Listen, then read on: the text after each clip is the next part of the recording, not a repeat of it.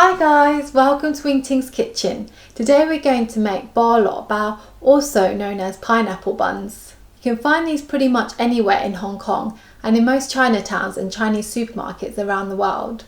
Pineapple bun doesn't actually contain any pineapple. It gets its name from the crust, which resembles a pineapple. It's also known as BOLO BAO because bolo is pineapple in Cantonese and bao is bread or bun. This recipe makes 8 BOLO BAOs. So let's get started. First, to make 120 grams of water roux, you'll need 25 grams of bread flour and 125 grams of water. For the buns, you'll need 360 grams of bread flour, 60 grams of sugar, half a teaspoon of salt, 7 grams of fast action yeast, 120 milliliters of milk at room temperature, 1 large egg, 120 grams of water roux, and 30 grams of unsalted butter. For the topping, you'll need 100 grams of plain flour, 20 grams of corn flour, 90 grams of sugar, 50 grams of unsalted butter, 15 grams of milk powder, 1 teaspoon of baking powder, 1 tablespoon of milk, 1 egg yolk, plus 1 extra egg yolk for brushing.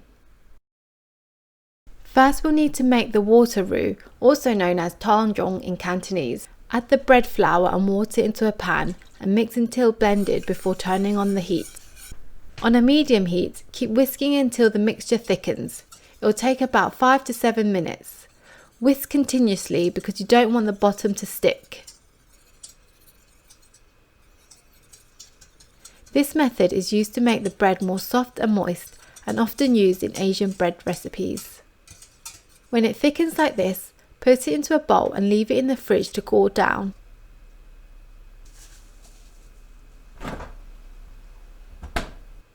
Add all the dry ingredients into a large bowl, so the bread flour, the sugar, the salt and the yeast.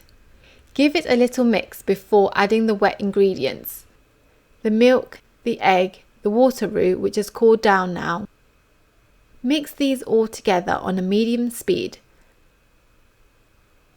When the dough has formed, add in the butter.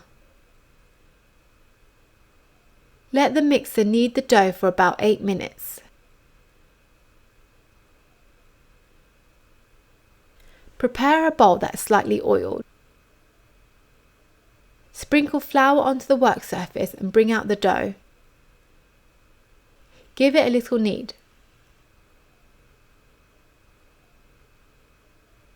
Tuck the edges under so it becomes round.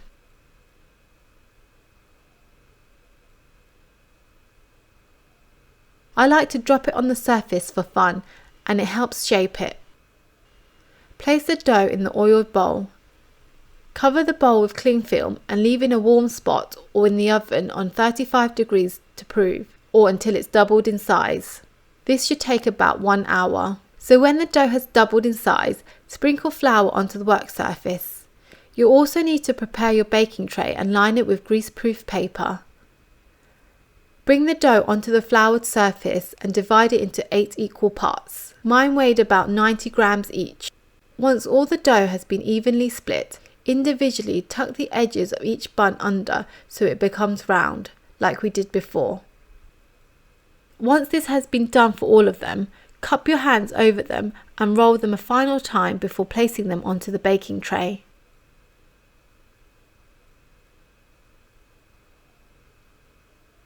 Place cling film on top to cover the dough and prove for another 15 minutes. Meanwhile, let's make the topping. Add soft butter into a bowl and cream the butter on its own. Then add in the sugar and cream it together with the butter.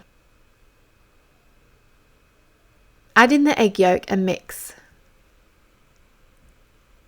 Add in the milk powder and milk and then mix again. Then add in the baking powder.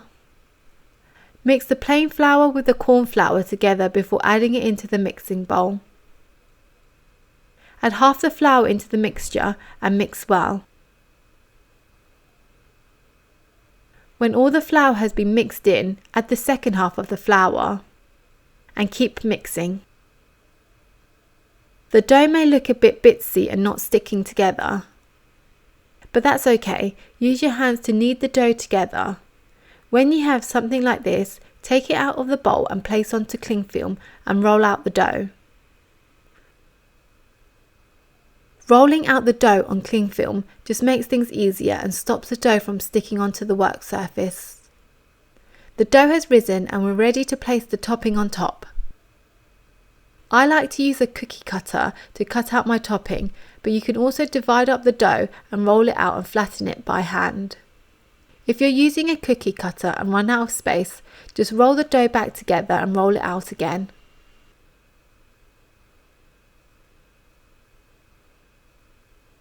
When all the buns have their topping, brush on a layer of egg yolk.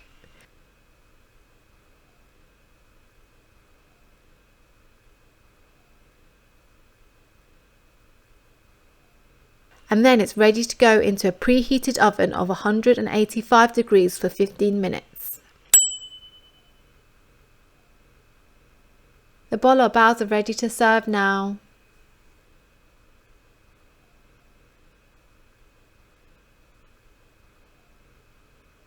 So here's my bolo bao. It smells like sweet, fresh bread. The top is crispy and the bread is soft. It's always nice when your kitchen smells of freshly baked bread. These can last a couple of days in a sealed bag or box. Just reheat them in the oven or microwave so it goes warm and soft again. Or to make them last longer, put them in the freezer and defrost fully before reheating them. I hope you like this video and will try making the bolo baos at home. If you do, let me know how it goes.